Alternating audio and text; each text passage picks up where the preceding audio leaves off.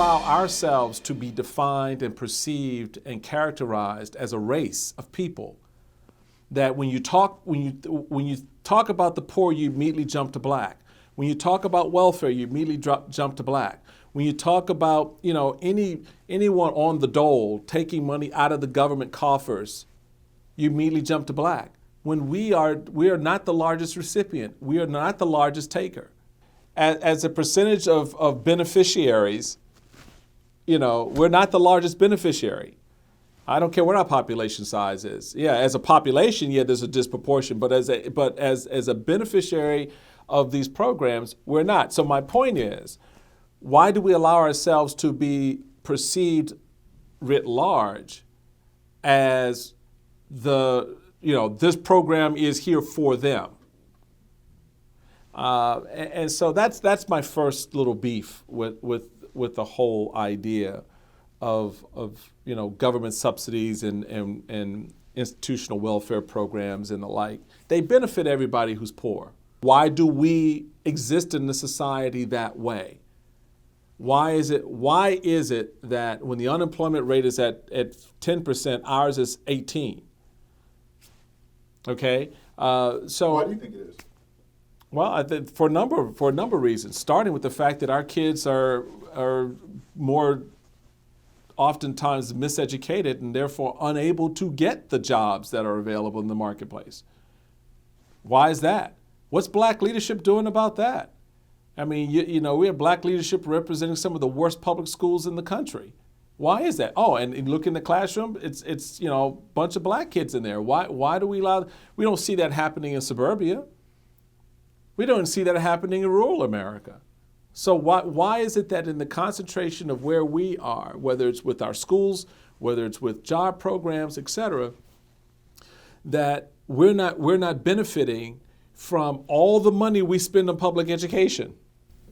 What is your opinion on just the state of representation, people who represent? Are there enough people with a vested interest in true progress actually representing black people? No. I give them a D to be generous. I give them a D grade.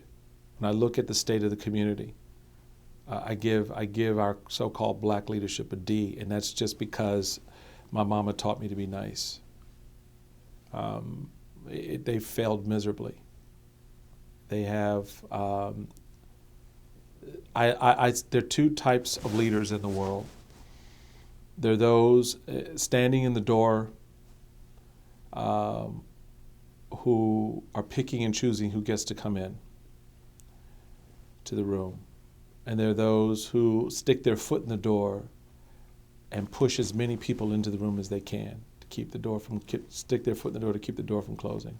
So you have the gatekeeper, you have the brother who's the gatekeeper, which I would characterize a lot of our black leaders as. And you may hate me for saying that, and you may, if you look at this, may go, oh my God, but I just look around you, bro. Just look around you. If that's not true, then tell me where I'm wrong in that assessment. And then you have those who genuinely try to bring as many folks into the room as possible. They may front as a gatekeeper because that's the only way you can get to that position. But once they're there, they're like, no, come on, man, come on, here, come on in. But there are very, very few of those. There are very, very few of those, and that's unfortunate. And again, it goes back to, if you're looking at race and racism, slavery and all of this is a part of that same continuum. Back in the day, you had black folks, even when they got the word that the Emancipation Proclamation had been signed and they were free, said no, wouldn't leave the plantation, would not leave the plantation. And that's why we now celebrate Juneteenth, because that was some 3 years after the Emancipation had been signed. Folks said, oh, you mean we really are free? So you have that. Then you have those who even during the course of our enslavement, were more interested in masses' interests than the interest of the people that they were enslaved with. In other words, there were very few Harriet Tubmans. There should have been many more. But you had the gatekeeper, and you had the Harriet Tubmans, who were the ones, come on, y'all, come on.